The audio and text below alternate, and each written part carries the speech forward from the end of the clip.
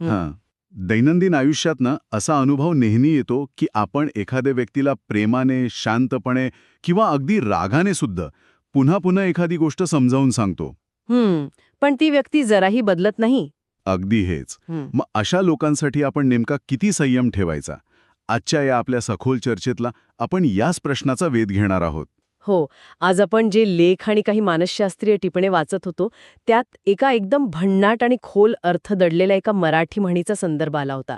ती म्हण म्हणजे कुत्र्याचे शेपूट वाकडे ते वाकडेच. मुखात आलं दखती, समजावले तरी व्यर्थच. बरोबर. म्हणजे ऐकायला ही म्हण थोडी गमतीशीर वाटते खरी. हो ना, पण आजच्या कॉर्पोरेट किंवा आपल्या कौटुंबिक आयुष्यात ती किती तंतोतंत लागू पडते हे आपण नेहमीच पाहतो. आपण कुत्र्याचं शेपूट कसं सरळ करण्याचा प्रयत्न करतो. आणि ते सोडलं की पुन्हा वाकडं होतं. अगदी बरोबर.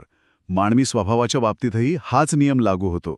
आपण अनेकदा एका ज्याला सेव्हियर कॉम्प्लेक्स म्हणतात ना, त्या लेखामध्ये दिलेली दैनंदिन आयुष्यातील काही उदाहरणे पाहिल्यावर हे अधिक स्पष्ट होतं. नक्कीच. त्यातलं पहिलं उदाहरण म्हणजे आपला तो लेटमार्क मित्र. ज्याला 10 वेळा वेळेवर ये रे बाबा असं सांगूनही तो दुसऱ्या दिवशी अगदी ठरवून 20 मिनिटं उशिराच हजर होतो. आणि आपण त्याला सुधारण्याच्या नादात आपलाच वेळ वाया घालवतो. अगदी खरंय. आणि दुसरं उदाहरण पाहिलं तर ऑफिसमधला तो काम पुढे ढकलणारा सहकारी. ज्याला कितीही मार्गदर्शन दिलं तरी तो सतत नवनवीन सबी किंवा काहीतरी कारणे देत राहतो. त्याची काम टाळण्याची सवय काही केल्या बदलत नाही. तरीही आपण त्याला नव्याने समजावण्याचा प्रयत्न करतच राहतो. आणि यातलं तिसरं उदाहरण तर प्रत्येकाच्याच घरातलं आहे. म्हणजे तो एखादा हप्ती नातेवाईक. होय. त्यांना कितीही समजावून सांगितलं तरी त्यांच्या बोलण्याचा टोन आणि त्यांचा जो ॲटिट्यूड असतो तो कधीच बदलत नाही. पण या सगळ्या उदाहरणांवरून ना एक मोठा प्रश्न उभा राहतो. तो म्हणजे आपण अशा लोकांमागे आपली ऊर्जा का खर्च करतो. इथेच तर तो स्मार्ट निर्णय प्रक्रियेचा मुद्दा समोर येतो. या माहितीचे विश्लेषण करताना प्रामुख्याने 2 मोठ्या चुका समोर येतात. बरोबर. आणि त्यातली पहिली मोठी चूक म्हणजे आपण समजावल्याने समोरचा माणूस बदलेल असा आपला गैरसमज. आपल्याला वाटतं की समोरच्याला आपली अडचण समजली की तो आपोआप सुधारेल. पण सत्य हे आहे की खरा बदल हा कधीच बाहेरून लादता येत नाही. तो बदल आतूनच यायला हवा.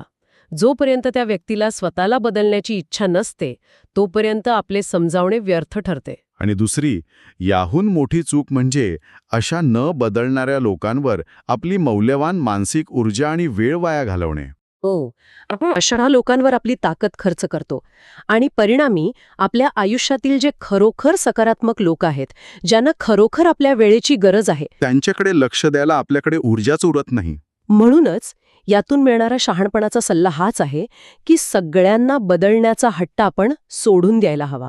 काही लोकांना ते जसे आहेत तसे स्वीकारणे, काहींपासून सुरक्षित अंतर ठेवणे आणि काहींकडे पूर्णपणे दुर्लक्ष करणे हेच खऱ्या अर्थाने मानसिक शांततेचं रहस्य आहे. योग्य वेळी नाही म्हणायला शिकणे किंवा इथे मला माझा वेळ आणि ऊर्जा द्यायची नाही हे ठरवणे हे आजच्या जगात खूप मोठं शहाणपण आहे. या सगळ्या चर्चेत ना एका स्रोतातील अत्यंत अर्थपूर्ण ओळ मला इथे सांगावीशी वाटते. ती कोणती?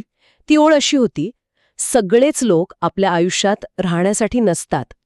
काही लोक फक्त आपल्याला शिकवण्यासाठी येतात की कुणावर वेळ वाया घालवू नये. वा, हा विचार खूपच वास्तववादी आणि खोल आहे. यातून एक गोष्ट स्पष्ट होते की स्वतःचे मानसिक स्वास्थ्य जपणे सर्वात महत्वाचे आहे. दुसऱ्यांना सुधारण्याच्या नादात आपण स्वतःचे नुकसान करून घेता कामा नये. जाता जाता एक नवा आणि विचार करायला लावणारा प्रश्न इथे उपस्थित राहतो. आपल्या आजूबाजूला अशी कोणती वाकडी शेपटी आहे जिच्यावर आपण उगीचच आपली मौल्यवान मानसिक ऊर्जा वाया घालवत आहोत? यावर नक्कीच विचार व्हायला हवा. हे ऐकलंय का?